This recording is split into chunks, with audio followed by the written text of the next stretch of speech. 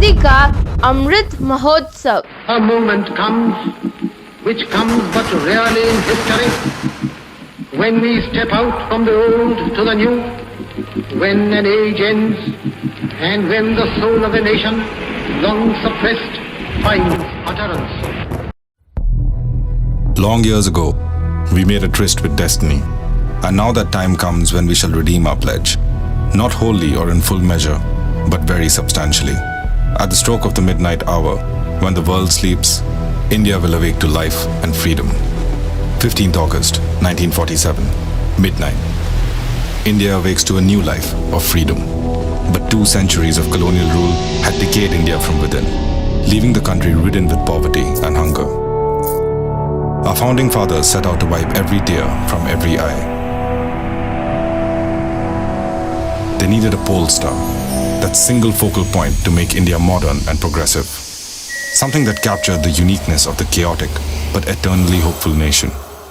A bright light to illuminate the dark storm lashing the horizon of the future. The 1920s was an uncertain period for the Indian national movement. And then came the Chauri Chaura incident.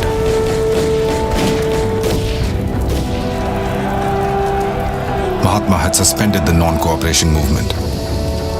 3rd February 1928. The Simon Commission arrives to review the Act of 1919 and was met with widespread protests as it had no Indian representation. The British, in their arrogance, proclaimed that Indians were incapable of self-rule and deciding for themselves. Lord Birkenhead, the Secretary of State, in response to the Indians' reactions, laid down a challenge at the House of Lords. The founding fathers rose to the occasion. An all-party conference was convened in February and May 1928. Led by Nehru, the committee drafted the Nehru Report in September 1929, demanding self-government under Dominion status within the empire. But Quaid-e-Azam, Muhammad Ali Jinnah, rejected the report, stating that from then on, Hindu and Muslim paths were different. He further countered the report with his infamous 14 points in March 1929. Meanwhile, the annual session of the INC was held in Lahore in 1929 under the presidency of Jawaharlal Nehru.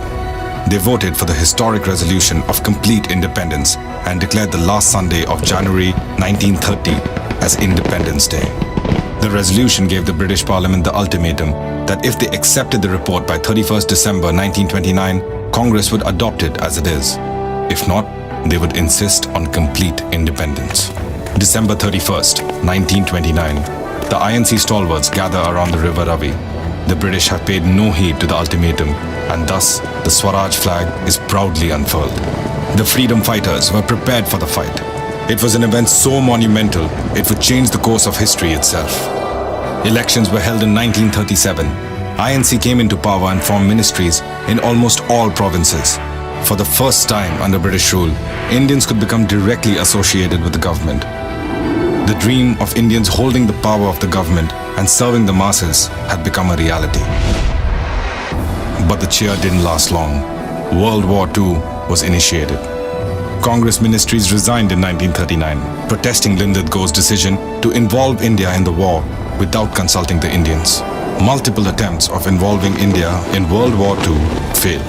With its end, the decline of the British Empire became inevitable.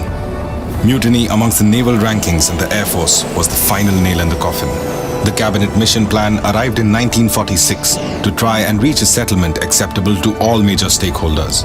The plan became the foundation for the establishment of the Constituent Assembly.